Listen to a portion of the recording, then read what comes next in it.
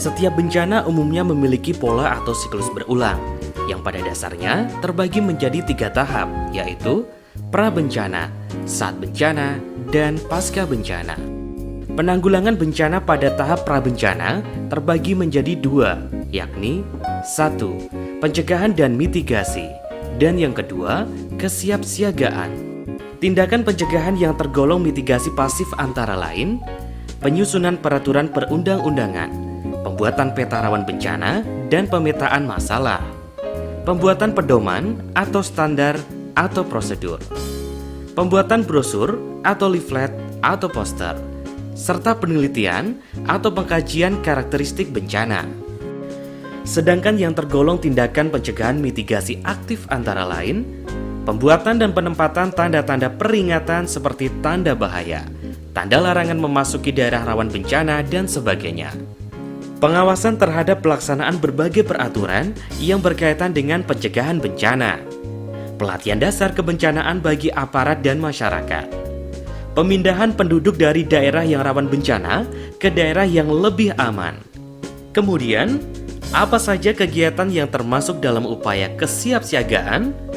Kegiatan kesiapsiagaan antara lain terdiri dari pengaktifan pos-pos siaga bencana, pelatihan gladi atau simulasi, inventarisasi dan mobilisasi sumber daya, penyiapan sistem informasi dan komunikasi yang cepat dan terpadu, penyiapan dan pemasangan instrumen sistem peringatan dini. Dengan mitigasi dan kesiapsiagaan, resiko bencana dapat dihindarkan serta dapat diminimalkan. Penanggulangan bencana pada tahap saat bencana disebut dengan tanggap darurat bencana. Menurut Peraturan Kepala Badan Nasional Penanggulangan Bencana Nomor 4 Tahun 2008, yang disebut dengan tanggap darurat bencana adalah serangkaian kegiatan yang dilakukan dengan segera pada saat kejadian bencana untuk menangani dampak buruk yang ditimbulkan.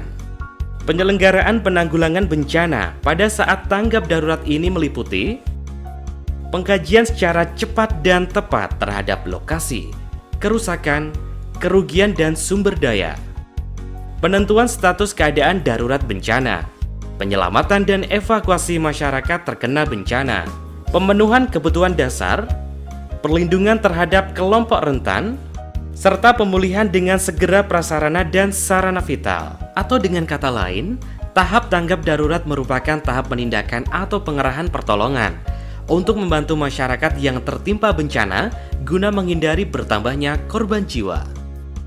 Tanggap darurat langkah yang tepat, evakuasi terlaksana cepat, masyarakat berhasil selamat. Penanggulangan pada tahap pasca bencana terbagi menjadi 2 tindakan utama, yakni 1. Rehabilitasi, dan yang kedua, rekonstruksi. Sasaran utama rehabilitasi adalah untuk mengembalikan kondisi daerah yang terkena bencana yang serba tidak menentu ke kondisi normal yang lebih baik, agar kehidupan dan penghidupan masyarakat dapat berjalan kembali.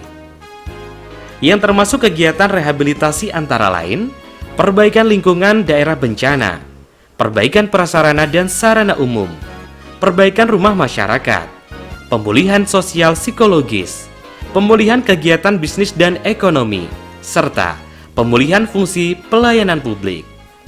Sedangkan rekonstruksi bertujuan untuk membangun kembali sarana dan prasarana yang rusak akibat bencana secara lebih baik dan sempurna. Yang termasuk kegiatan rekonstruksi antara lain pembangunan kembali prasarana dan sarana dasar seperti jalan, listrik, air bersih, dan lain sebagainya. Pembangunan kembali sarana sosial masyarakat seperti tempat ibadah, balai adat, dan lain sebagainya. Pembangkitan kembali kehidupan sosial budaya masyarakat, penerapan rancang bangun yang tepat, dan penggunaan peralatan yang lebih baik dan tahan bencana. Dengan rehabilitasi dan rekonstruksi yang tepat, dampak bencana dipulihkan dengan cepat.